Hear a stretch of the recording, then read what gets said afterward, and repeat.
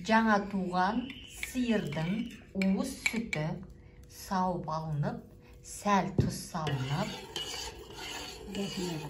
дәміне қарай, бірақ анда тұзымыз азырақ сияқты. Мен сап тастағам.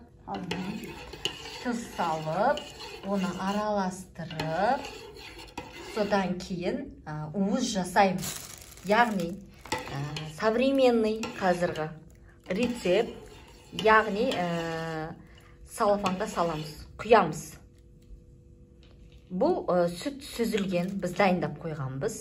Енді қазір салафанға құя саламыз. Бісмілдә, құйылып жатыр. Бұл уыз сүт. Дәу болмау үшін екі бөліп саламыз. Осылай байлаймыз. Ештеңке болмайды салафанмен қайнатса. Ыдысқа салып та қайнатуға болады. Бірақ қазір жаңа рецепт. Салафанмен пісірса тез уыз болып кетеді. Қазір ыстықтай бұны жейміз бұйырса. Енді қалған сүтті құямыз. Неғұрлым кішкентай пісірса, тез әзір болады. Ең бастысы салафанымыз тесік болмаса болды. Неғұрлым қолданылмаған жаңа салафанға құйған дұрыс.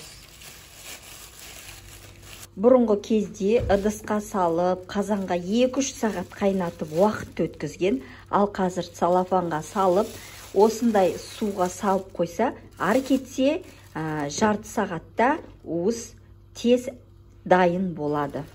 Жаңағы уызымыз дәл осылай қайнап жатыр. Міне су сақырла жатыр, мынаның ішінде қайнап жатыр. Әлі кішкене тұру керек. Керемет дәмді болатынына сенімдімін. Сарсу көрініп тұр. Яғни ананың бір пісайын деп қалды, бір 5 минут тұру керек шығар. Таптыр осылай. Міне қазір біз бұны мынаның ішіндегі сары суды төгіп тастаймыз. Керемізді ақыры кесіліп тарелкаға